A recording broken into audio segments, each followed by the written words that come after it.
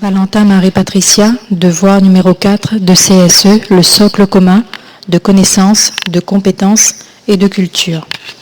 Avec la loi de refondation de 2013, a été mis en place un nouveau socle commun de connaissances, de compétences et de culture. Ce nouveau socle poursuit l'objectif de la réussite de tous les élèves axés sur une école bienveillante et accueillante pour tous. Un corpus de 4 textes nous aide à mieux cerner tous les enjeux de ce nouveau socle. Le document 1 nous présente 2 articles du nouveau socle où il est question des 5 domaines de formation ainsi que les objectifs que poursuit la scolarité obligatoire. Le document 2 est une interview d'Alain Poté où il explique comment le nouveau socle va agir sur la scolarité des élèves pour leur permettre de mieux réussir et comment les enseignants vont pouvoir les aider au mieux. Le document 3 nous donne un exemple de nouvelles approches pédagogiques entre un professeur des écoles et un professeur de collège, professeur de collège dans l'esprit de la continuité école-collège. Le document 4 est un tableau récapitulant les différents apprentissages de la scolarité obligatoire. Aussi, pouvons-nous nous demander comment ce nouveau socle commun de connaissances, de compétences et de culture va-t-il pouvoir nous aider à faire que nos élèves s'améliorent et réussissent. Donc, pour tenter de répondre à cette problématique, nous verrons dans un premier temps pourquoi avoir mis en place un nouveau socle commun et quels sont les enjeux visés pour l'école du XXIe siècle.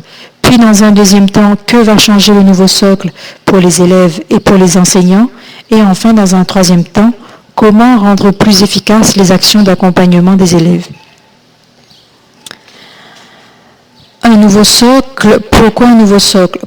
Tout simplement pour avoir une culture commune fondée sur les connaissances et compétences indispensables. Donc ce nouveau socle se décline en 5 domaines, mais à l'intérieur du domaine 1, les langages pour penser et communiquer, on retrouve l'apprentissage de la langue française, des langues étrangères, des langages scientifiques et informatiques, des langages des arts et du corps. À travers toutes ces compétences et ces connaissances que les élèves vont acquérir, ils vont notamment développer la sociabilité, donc le vivre ensemble, le partager les choses, les connaissances ensemble. Ça va aussi favoriser la réussite dans la suite de leur parcours de formation, puisque ce nouveau socle se basant maintenant sur des compétences, les élèves à la fin de chaque cycle doivent donc valider ces 10 compétences afin de passer au palier suivant.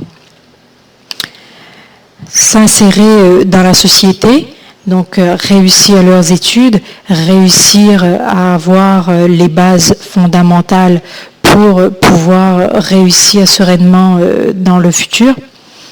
Participer comme citoyen à l'évolution de la société. Donc on retrouve ce pôle dans le domaine 3, la formation de la personne et du citoyen, où à travers l'enseignement moral et civique, les élèves vont être amenés à participer activement à leur métier d'écolier, à leur vie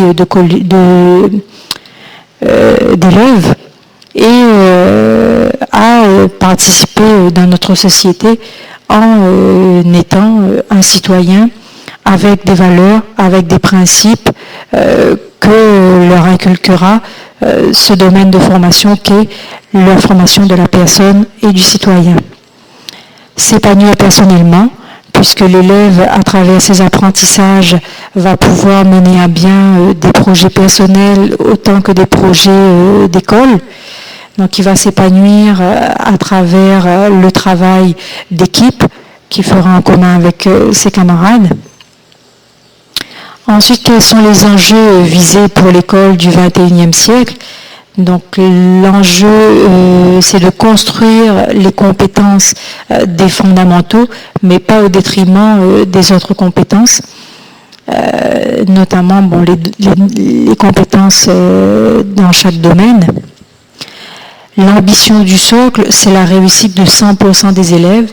Donc c'est un engagement pris vis-à-vis de la nation et des jeunes de la nation. Développer l'esprit critique des élèves.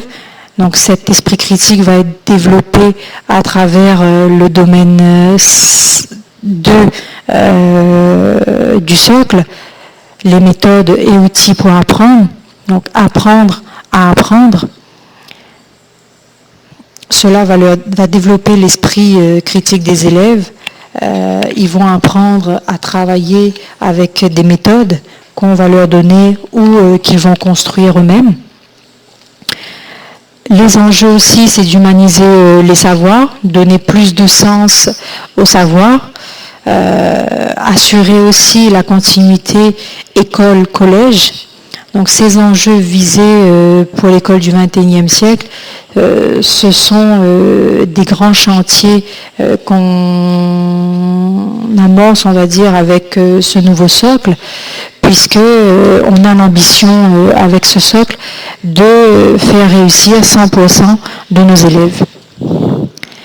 Aussi, le nouveau socle, on a vu, donc, va apporter beaucoup de changements, notamment à travers les 5 domaines de formation. Donc maintenant, les élèves, la progression des élèves va être basée sur les compétences et des connaissances, et ce ne sera plus forcément des données qu'ils devront valider pour passer d'un palier à un autre. Ce sont des connaissances et des compétences qui vont être travaillées tout au long de chaque cycle, au cycle 1, cycle 2, cycle 3 et cycle 4, et ils auront à chaque fois 3 ans pour maîtriser ces compétences et les connaissances qui vont avec ces compétences. Donc ce nouveau socle fonctionne donc maintenant par cycle, et cela va permettre aux élèves de réellement prendre part à leur apprentissage et de réellement progresser. Que va changer ce nouveau socle commun de connaissances, de compétences et de culture pour les élèves et les enseignants? Donc, les enseignants ne sont plus devant les élèves, mais ils sont à côté des élèves. Ils ont maintenant une mission d'accompagnement.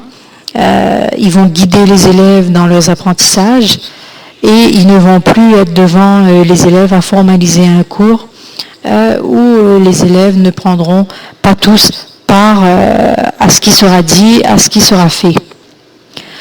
Ensuite, les changements, c'est à travers de nouvelles approches pédagogiques, notamment on le voit dans le texte 3, une professeure de français de collège vient dans une classe de CM2 d'école primaire, et ceci afin de travailler ensemble un projet commun.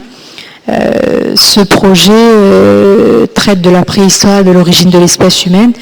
Donc là, véritablement, il y a une continuité école-collège qui va être assurée, continuité qui fait partie des enjeux visés pour l'école du XXIe siècle.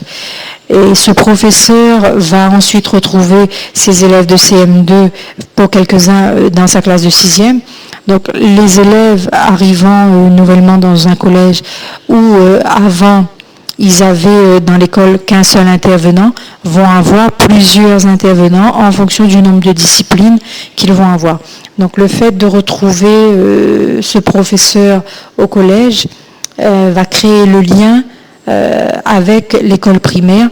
Les élèves se sentiront, je pense, moins perdus, moins livrés à eux-mêmes quand ils arriveront au collège. Donc grâce à ces nouvelles approches pédagogiques, les élèves apprennent à travailler avec une professeure de collège. Ensuite, comment on peut rendre plus efficaces les actions d'accompagnement des élèves? Donc avec le travail en équipe, donc avec l'exemple vu avec le professeur de collège qui vient travailler dans l'école. Donc cette continuité école-collège l'assurer à chaque moment, donc notamment à travers le travail en équipe. Mettre en place des groupes réduits pour que les élèves qui sont en difficulté puissent réellement avoir une aide efficace. Donc, en travaillant avec des petits groupes, que ce soit des groupes de besoins ou des groupes de niveau, les élèves vont véritablement pouvoir profiter des savoirs des professeurs afin de pouvoir mettre en place des méthodes pour pouvoir travailler plus efficacement, pour pouvoir pallier aux difficultés qu'ils vont rencontrer, s'améliorer et réussir dans ce qu'ils entreprennent. Par ailleurs aussi, pour rendre plus efficaces les actions d'accompagnement, donc une bonne compréhension des dispositifs d'aide mis en place afin de mieux les exploiter. Je pense notamment au dispositif plus de maîtres que de classes. C'est un maître plus attribué à l'école, donc qui vient en complément du professeur des écoles. Donc ce n'est pas un spécialiste de la difficulté, c'est quelqu'un qui est là pour apporter une aide à un moment, à un instant T dans la vie d'une classe ou dans la vie de certains élèves. Donc une bonne compréhension des dispositifs. Aussi le dispositif, la scolarisation des moins de 3 ans, donc accompagner les tout petits qui commencent à l'école à bien s'acclimater, à faire connaissance avec l'école, à faire connaissance avec les camarades, pour apprendre à développer la sociabilité dont on parlait dans le nouveau socle, apprendre à s'insérer dans une société, à s'épanouir aussi personnellement. Donc on retrouve tout ça aussi dans la scolarisation des moins de 3 ans, car dès la maternelle, on a on a parié sur la réussite des élèves en les prenant plus tôt, en mettant l'accent sur une école accueillante et bienveillante, notamment pour nos plus petits. Les membres du RASED aussi, c'est un dispositif d'accompagnement non négligeable, puisque ce sont des professeurs des écoles spécialisées, soit à dominante éducative ou à dominante pédagogique, dominante rééducative ou dominante pédagogique. Donc les élèves vont être ciblés en fonction de leurs difficultés et avoir une aide personnalisée afin de se remettre dans les études et de réussir au mieux. Afin de pouvoir aider nos élèves, donc un certain nombre de moyens ont été mis en place avec ce nouveau socle. L'élève est au cœur de l'apprentissage, il est acteur de son apprentissage, notamment à travers le développement de son esprit critique et aussi à travers le domaine 2 qui sont les méthodes et les outils pour apprendre. Il a donc, grâce à ce domaine, accès à plus d'autonomie.